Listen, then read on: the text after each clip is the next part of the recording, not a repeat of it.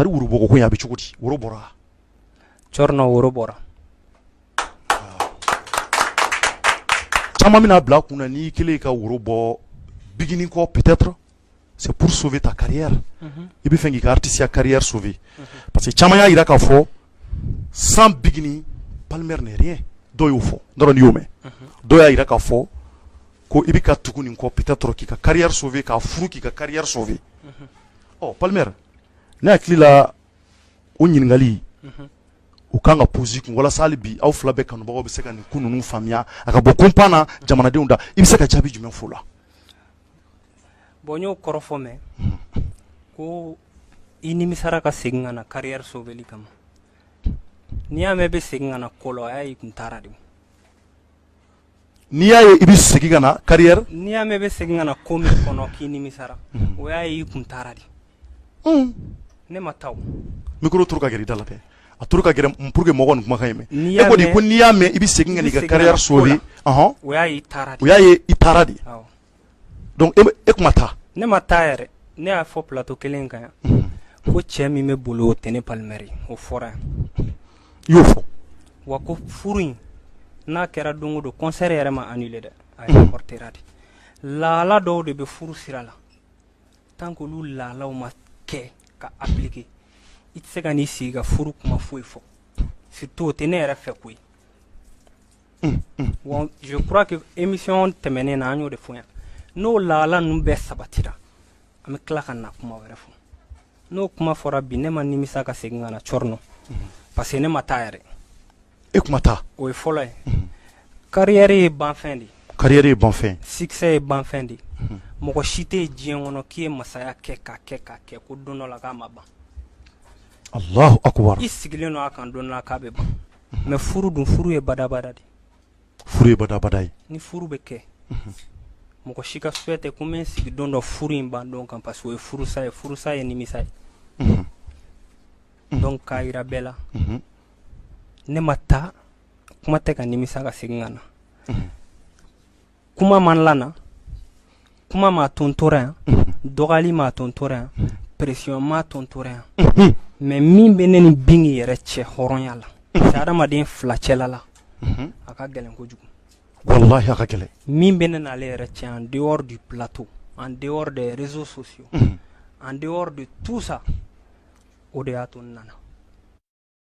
ko bigini ka wuli ka jo Palmer bina munge ala ya partager ça abina muri ke bigini da da bala inda model ka jogo na flo ko bigini de ka wuli ka jo Palmer koti Palmer sorno iko bisou de ro ngo bijou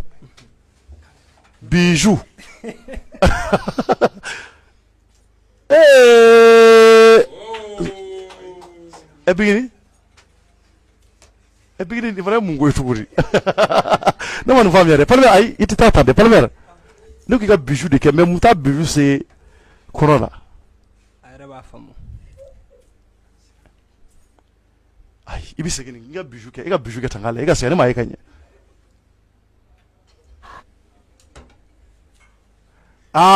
wa bana Malion subhanallah donc ni mi kororo ira ese kororo tedna e ka bijou ke kono fanana ne ko ne yake ay reba fam bigini ça va tari to ka nyene mina wala mai to ka soso to ka forno wala ma bana misenu to ki mine mo shima korodama ya mwashima korodama subhanallah bana wa nisigi su wala fa Malion sa dogo kun jante meni ay boli mungeya a klefla mi se ka fa dogo kun be fo kana se kuna sinima mo kun bi kan nenu ke kosobe mo yo dogel make wi critiquer anya ka fo bigini yere krefe mo u chama yi dogoya ana fanu anaka fanu kwa u chama ku dimini do ikoro vraiment a kera ko ko mumbe ko aballa maula dobulu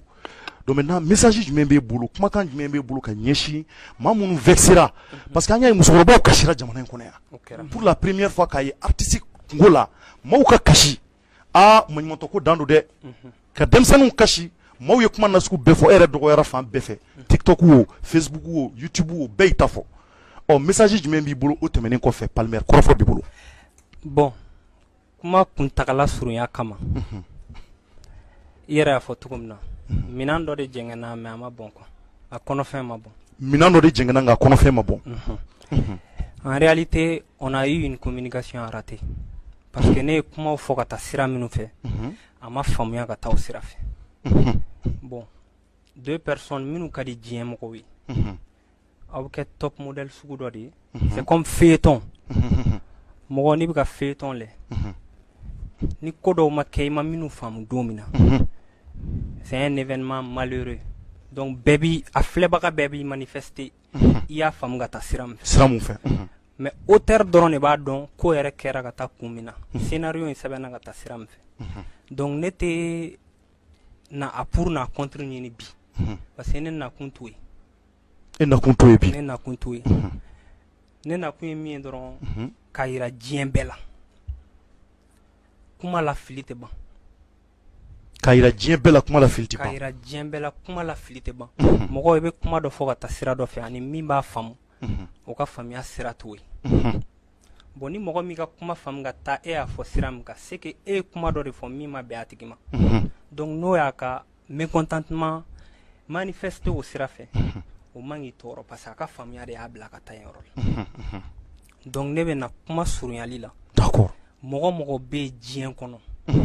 fɛn fɛn kulo bɛ na min kulo tɛ na ni nin événement y'i touché i kasira o a digirila o i m'a faamu ka yafa deli bɛɛ lajɛlen fɛ Ala ani kira kama parce que ne ye kuma fɔ ka taa sira min fɛ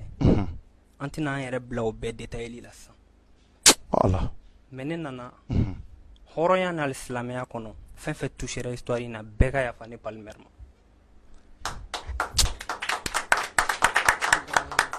a ti tɛmɛ o kan vraiment nin ye cɛbakɔrɔya ye mais ça fait pleurer donc i nana yafa deli i baw fɛ n faw fɛ i faw fɛ n kɔrɔw fɛ n dɔgɔw fɛ bin yɛrɛ min filɛ ɲɛma k'an sigi ka yafa deli a fɛ ani diɲɛ muso bɛɛ min yɛrɛ ye ne touché cɔrɔnɔ neni ninnu tɛ dɔgɔlimaw tɛ mais n ye balaka minnu ye kasi la ɲɛji la nin ko in na o de ye marqué le plus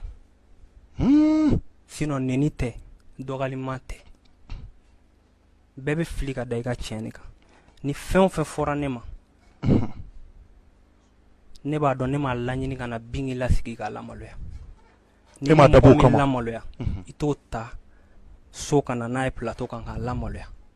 ka tila k'a ta ka taa bila a donc a bɛna don min na e n'a nana ɲɔgɔn fɛ ne de nana n'a ye ka tila ka taa n'a ye ka tuguni tila ka taa n'a ye donc en gros o bɛɛ ye détail ye bi quoi cɔrɔnɔ je m'en veux n ka kuma faamuyabaliya la wallahi wallahi n bɛ n kun biri ka tila ka kɔrɔtan caméra principale in na bɛɛ kulo b'i la diɲɛ bɛɛ ka yafa Palmer ma parce que ne ma kuma fɔ ka taa o faamuya sira kan tiɲɛ yɛrɛ la ne yɛrɛ bɛ ɲini ka na kasi o d'accord